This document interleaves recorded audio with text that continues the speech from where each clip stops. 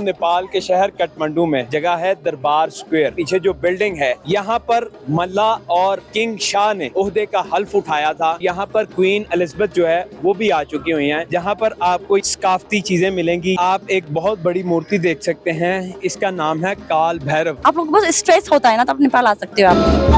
अस्सलाम वालेकुम, मैं हूँ अब्दुल्ला खान और मैं इस वक्त मौजूद हूँ नेपाल के शहर काठमांडू में।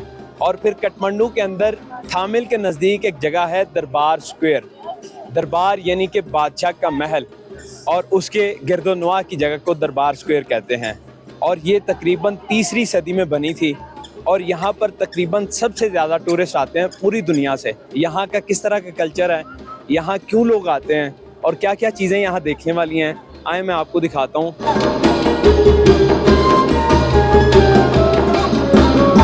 यहाँ पर मुनफरिद अंदाज से बने हुए मंदिर और पुरानी बिल्डिंग्स होने की वजह से यूनेस्को की जानिब से इसको वर्ल्ड हेरिटेज साइट करार दिया गया है। आप यहाँ पर जब शाहकार देखेंगे मंदिरों का, जिस तरीके से उनके ऊपर इनग्रेव किया गया हुआ है आर्ट को, आप दंग हो जाएंगे। आए,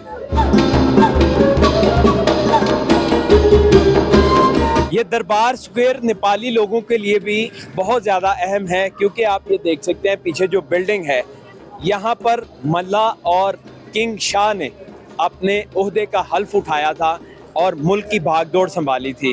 तकरीबन 1767 से लेकर 1896 तक इधर हुकूमत की थी और नेपाल के लोगों की सेवा की थी।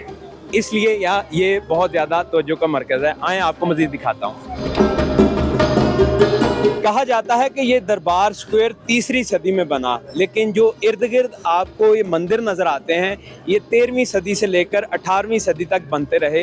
क्योंकि इनका जो आर्ट है, जो मंदिरों के ऊपर बना हुआ है, या जो इनका आर्किटेक्ट था, वो इंतहाई मुश्किल था कि वो टाइम टेकिंग थे। आप देखें जिस तरीके से ये मंदिर के ऊपर काम हुआ है, अगर आप इसको क्लोज से देखेंगे तो हर लकड़ी के पिलर के ऊपर एक आर्ट है, एक मूर्ति है, या एक ख़ास तरह का नक्श है। दरवाज़ों के ऊपर भी इसी तरह। सो ये आहिस्ता आहिस्ता बने और ये दिलकश मंजर जो है वो पेश करते हैं दरबार स्क्वायर का। और यहाँ पर क्वीन एलिजाबेथ जो है वो भी आ चुकी हुई हैं। वर्ल्ड हेरिटेज साइट जहाँ पर पूरी दुनिया से टूरिस्ट आते हैं, वहाँ पर एक अफसोसनाक बात तब हुई जब 2015 में यहाँ पर ज़ल्ज़ला आया, और ज़ल्ज़ला आने की वजह से काफ़ी ज़्यादा इमारतें यहाँ पर गिर गईं। जैसे कि आपको यहाँ पर इसका मलबा नज़र आ रहा होगा, यहाँ पर एक इमारत थी जो ज़ल्ज़ले के बाद गिर गई। गवर्नमेंट ने फ़ौरन एक्शन लिया और तमाम तर बिल्डिंग्स जो थी उनको दोबारा रेनोवेट करना शुरू कर दिया। जो बिल्डिंगें गिर गई थी उनको फिलफौर बनाना शुरू कर दिया, और काफ़ी ज़्यादा जो बिल्डिंग्स हैं वो अभी दोबारा रिपेयर हो चुकी हुई हैं और ओपन भी हो चुकी हुई हैं। लेकिन कुछ बिल्डिंग्स जो हैं अभी भी उसी तरह हैं। ये बिल्डिंगें बनाना या ये टेम्पल्स बनाना बहुत मुश्किल है, क्योंकि जिस तरीके से इनके ऊपर आर्ट हुई है, मैं ये कहूँगा कि लकड़ी के ऊपर काम करने में भी सिर्फ आपको सालों लग सकते हैं, जिस तरीके से और जिस बारीकी से इनके ऊपर काम किया गया हुआ है। लेकिन फिर भी खुशी की बात यह है कि तमाम तर विजिटर जो हैं यहाँ पर आ रहे हैं। अभी भी कुछ गलियों में, सड़कों पर काम हो रहा है ताकि मज़ीद आसानी पैदा की जा सके टूरिस्ट के लिए। नेपाल में आए 2015 के ज़ल्ज़ले में सिर्फ 2 ऐसी इमारतें थी जहाँ पर करिश्माती तौर पर कोई भी नुकसान नहीं हुआ था। एक था कुमारी देवी का घर, ये जो मेरे पीछे आप देख रहे हैं, और दूसरा था पशुपतिनाथ टेम्पल। कुमारी देवी क्या चीज़ है? कुमारी देवी एक लिविंग गॉडेस है, जिसमें नेपाली लोगों का ये बिलीव है कि वो हमें तमाम तर आफतों से बचाती हैं, वो हमारी हिफाजत करती हैं। जिस तरह के हिंदू मज़ाहिब के अंदर मूर्तियों को पूजा जाता है, लेकिन नेपाल के अंदर जो है वो ज़िंदा खुदा को भी पूजा जाता है, यानी उसको लिविंग गॉडेस कहते हैं। लिविंग गॉडेस क्या है कि एक छोटी बच्ची जिसकी उम्र तकरीबन 5 साल से लेकर 8 साल तक होती है, उसको इंतखाब किया जाता है और उसके अंदर बाकायदा उसकी करैक्टरिस्टिक्स होती हैं। तकरीबन 33-34 खुसूसियात होनी चाहिए उस बच्ची के अंदर, जिसको एक लिविंग गॉडेस के तौर पर चुना जाता है। और फिर उसके बाद उसको एक ख़ास प्रैक्टिस से गुजारा जाता है, और प्रैक्टिस से गुजारने के बाद उसको ये मुकाम दिया जाता है कि वो कुमारी देवी हैं, जो हमें तमाम तर आफतों से बचाती हैं। और ये एक वो जगह थी जहाँ पर कोई भी नुकसान नहीं हुआ था। आए मैं आपको मज़ीद दिखाता हूँ यहाँ दरबार स्क्वायर में क्या क्या चीज़ें हैं। यहाँ ये जो दरबार स्क्वायर के अंदर जो बिल्डिंग है, ये महल के साथ ये वेटिंग एरिया होता था। इसके बिल्कुल बगल में आप देख सकते हैं कि आपको बेशुमार स्टॉल्स नज़र आएंगे जहाँ पर आपको यहाँ की लोकल सकाफ़ती चीज़ें मिलेंगी। यहाँ पर हैंडीक्राफ्ट्स मिलेगा, इबादत के रिलेटेड जो चीज़ें हैं वो मिलेंगी, आपको छोटी छोटी मूर्तियाँ मिलेंगी। यानी आप ये देखें जिस तरह ये एक माला है, इसको रुद्राक्ष माला कहते हैं, यानी एक ख़ास किस्म का दरख्त है, उसकी ये जो बीड्स होती हैं ऊपर, यानी जिस तरह दरेक के ऊपर जो लगते हैं दरकोने जिन्हें कहते हैं हम, इस तरह रुद्राक्ष एक दरख्त है उसके ऊपर ये लगती हैं और इसको मजहबी तौर पर जो है बहुत इंपॉर्टेंस दी जाती है। इस तरह एक और भी दरख्त है जिसके नीचे कहा जाता है कि बुद्धा जो है उसने बैठकर अपनी निर्वाणा की जो तपस्या है वो की थी, उसके ऊपर से भी एक ख़ास तरह की बीड्स निकलती हैं, वो भी मैं आपको दिखाने की कोशिश करता हूँ।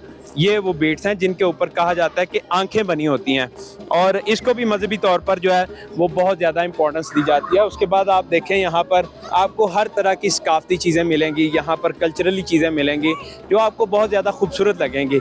जब भी आप नेपाल आएंगे आप यहाँ बहुत ज़्यादा मुतासिर होंगे क्योंकि यहाँ के लोग बहुत पीसफुल हैं, बहुत लविंग और केयरिंग है।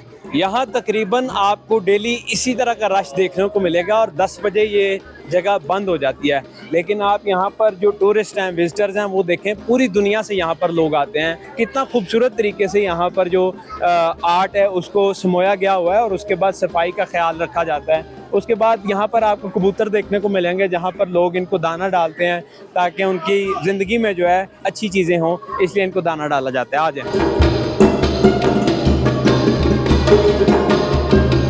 मेरे बिल्कुल पीछे आप एक बहुत बड़ी मूर्ति देख सकते हैं, ये इसका नाम है काल भैरव।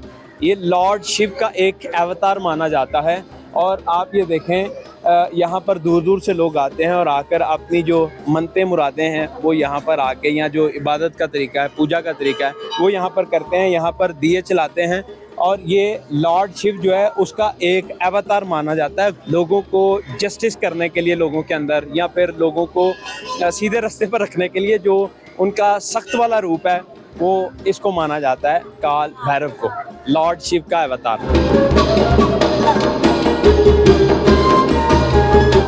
नाज़रीन आप ये देखें दरबार स्क्वायर के अंदर मुख्तलिफ तरह की सकाफती जो है वो एक्टिविटीज होती रहती हैं। आप ढोल की थाप पे यहाँ पर लोग जाते हुए नजर आ रहे होंगे। इससे पहले एक रेड कलर के कपड़े पहने हुए थे लोग, वो गुजरे थे। अभी ये देखें इनका यूनिफॉर्म चेंज है।